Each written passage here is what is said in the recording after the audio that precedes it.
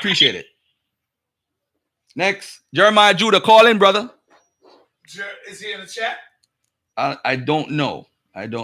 But I do want to, okay, I was going to pull up something for the brother right away.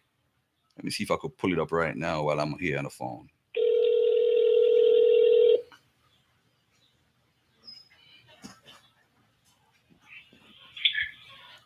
Like, Paul, what's happening, my man?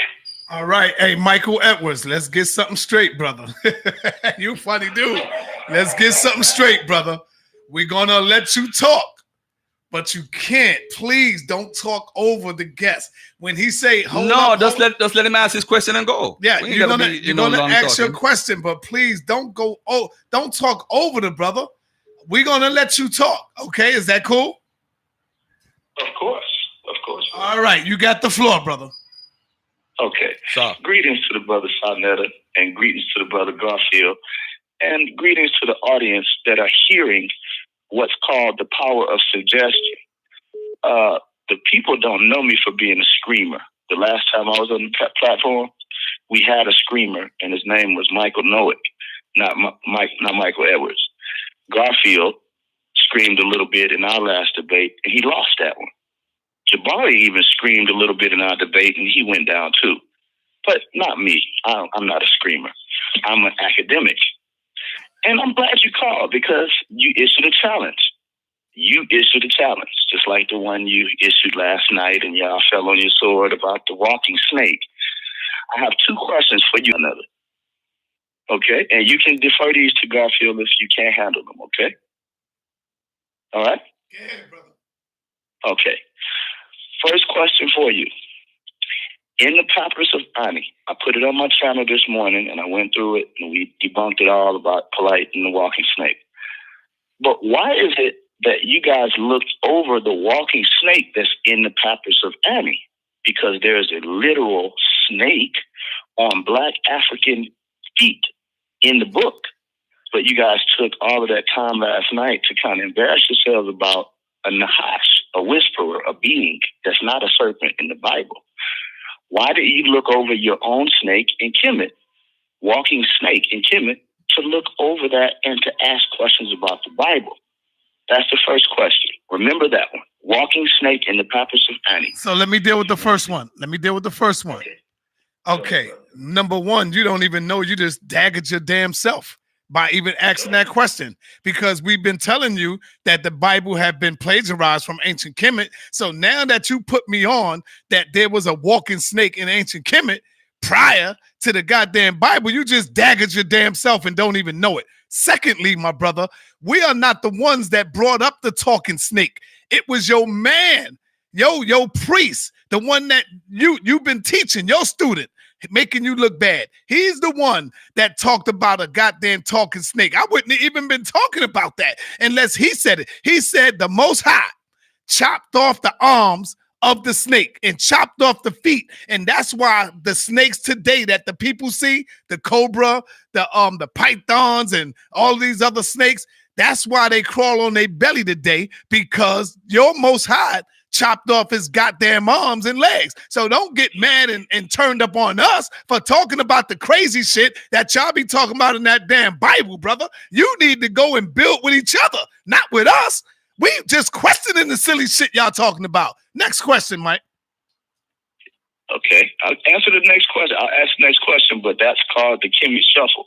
I asked about a walking snake that, number one, still this poor brother doesn't even know that's in his book. You didn't answer it. You didn't address it. You didn't explain it. I just told you there's no walking snakes in the Torah. It's called a nachash. And even in the New Testament, Jesus Christ says it's the devil or a man, a being, not a snake. So you lost on that. All right. So we're going to wait for the people to wait for you to explain what a walking snake is doing in y'all's culture. Okay. We're going to wait. You can defer that one to Garfield. Second question. The book that I gave you, everybody listen close. Yale University Press, Civilizations Before Rome and Greece. Sags, that's the author, H.W.S. Sags, I believe that's his name. Now, that book says something very stark about what you said concerning Kemet and Mesopotamia. I said to you, the first known metropolitan cities in history with even running water. And a metropolitan city means close quarters, almost like apartments. They are from not Kemet, but from Mesopotamia, southern Mesopotamia, from the 3400 BCE time period. During that time, the 3400 BCE time period, you won't even find city groups coalescing in Kemet or in Kemet at the time. That means that you guys were living in caves individually. That's why you don't find houses in Kemet. You only find doll houses made to Osiris and pyramids made to those that you all denied every day. But once again, 3400 BCE, South Mesopotamia, civilizations before Rome and Greece, Yale University Press, SAGS. Tell me, why don't you know about that as a semi-pseudo scholar? Because you disagree, but it's you against Yale University Press. Knock it out the park, baby. All right, Garfield. All right, go ahead. I'll pass it to Garfield. Go ahead, Garfield. I'll deal with that. Just listen up, Mike. Now, listen carefully now. Listen carefully. Who doesn't know, by the way, who doesn't know that the city of Uruk is considered one of the first cities in history? The city of, not Uruk, I'm sorry. The city of Erech or Uruk or, I forgot the name of the city. If you're trying to say that 3400 BC, there was a city in Mesopotamia, I'm not disagreeing with that, brother. Nobody is. Exactly. But I will say to you, though, I would love to know the age of that article, because recently the Hierapolis, or what they call Nechen, which is the city of the hawk or city of the falcon. I think it's the city of the hawk. We mistranslated something that Zion actually did in his book too. He mistranslated it. City of the hawk. The city of the hawk, if you read up, if you got the chance, just if you want me to send you something, Mike, I'll send you something as proof. They go back further than 3400, and they were a beautiful city at the time. Because remember, how could Egypt have trade, international trade with Palestine and northern Mesopotamia and help to build up Sumer if they weren't a big culture also? You understand what I'm saying? Because there's no boats between Sumer and Egypt.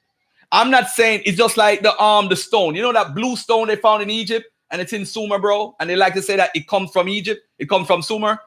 What they call that blue stone? I forgot what they call it. But that blue stone is in Egypt and Sumer, but it's not even from either country. It's from Afghanistan. So the fact of the matter is, because of trade, you got to understand there was a trade. You know that Egypt built a city in Israel, brother, from 3200 BCE. Did you know? Are you aware of that, Michael? They had a city there. That's why when the bones, you check bones, you might find some people with DNA from Egypt, pre-dynastic Egypt, because Egypt built a city there for their trading. Let me help you with that. Okay. Egypt is not the first on many of anything. Like I just gave you a timeline from an accredited university, not an article, not a peer-review article or minimalist. It is an actual book from Yale University Press. The timeline says that Egypt or Kemet did not coalesce into even local groups until after 3500 BCE. That means that the Mesopotamian, southern Mesopotamian kingdom was leaps and bounds ahead of Kemet. You guys didn't get the writings started in the hieroglyphics until like 32 or 3100 BCE. This is the truth. So what you're saying as far as a big culture in Kemet, it is not from Kemet. The culture that precedes Kemet would be the Nubian culture in Ethiopia. Now, I won't disagree with that. I won't disagree with that. But okay? I can't. Hold on, Mike, hold on. I don't want to talk about Sumer. I don't want to talk. Hold on. I don't want to talk about Sumer because we debating tomorrow. So don't worry about Sumer. We talk about it tomorrow when you're calling during the debate. All right, we talk about it tomorrow. I have the information here. I have the primaries. Don't worry about it. All right. We talk later. I'm not going to talk about Sumer because I'm going to debate Zion tomorrow. All right. All right. Peace. All right, so here's the rebuttal. Okay, listen. The rebuttal. Land emerging. Dr. Walter B. Emery. Why don't you give that information to Zion so Zion could use it? Read the books. Oh, Dr. man. Walter B. Emery talks about